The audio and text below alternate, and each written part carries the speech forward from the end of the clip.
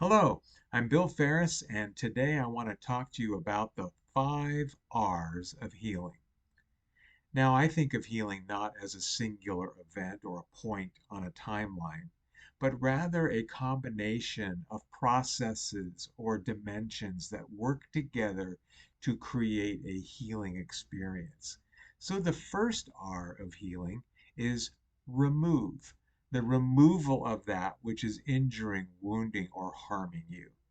That's where all healing begins, isn't it? Because you have to get that toxic, poisonous, injurious thing out of your life. If it's a bullet, you got to get the bullet out. If it's poison, you got to pump the stomach or whatever you got to do. Remove that thing that is hurting or wounding you, and you can begin to heal. So that's the first R of healing, removal. But the second R is then repair. Okay, we've gotten the injury causing agent out of the system or out of the body or out of the soul, and now we've got to repair the damage. We got to address what was hurt or injured or wounded in the process and repair it and work on it and cause it to become elevated and better and more whole and more recovered. And so that's the R of repair. But then there follows the third R, which is restoration.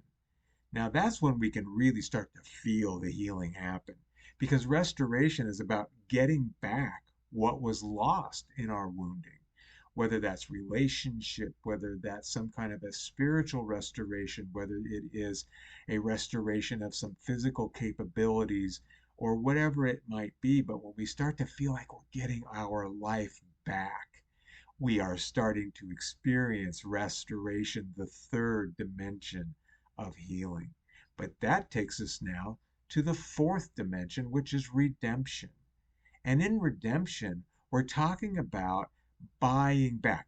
The literal meaning of the word redeem is to buy back.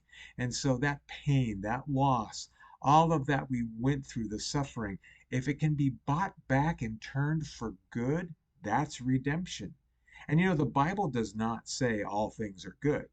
It does say all things work together for good to those that love the Lord and are the called according to his purpose.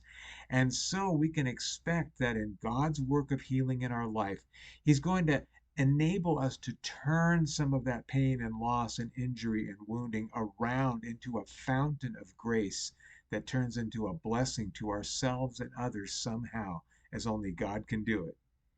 And that brings us to the fifth and final R of healing, which is revelation. And that just speaks to the idea that there are some people, maybe not everybody, but there are some people that can actually come to the place where they literally thank God for the worst, hardest, most difficult thing they've ever gone through, if, if it's how they most powerfully came to know the love and the light of the Lord and the Lord himself.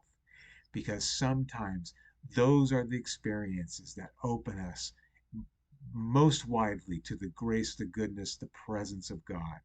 And so some people speak of a revelation of the Lord in their healing process. Or, as it is attributed to Augustine, in my deepest wound, I saw your glory, and it dazzled me.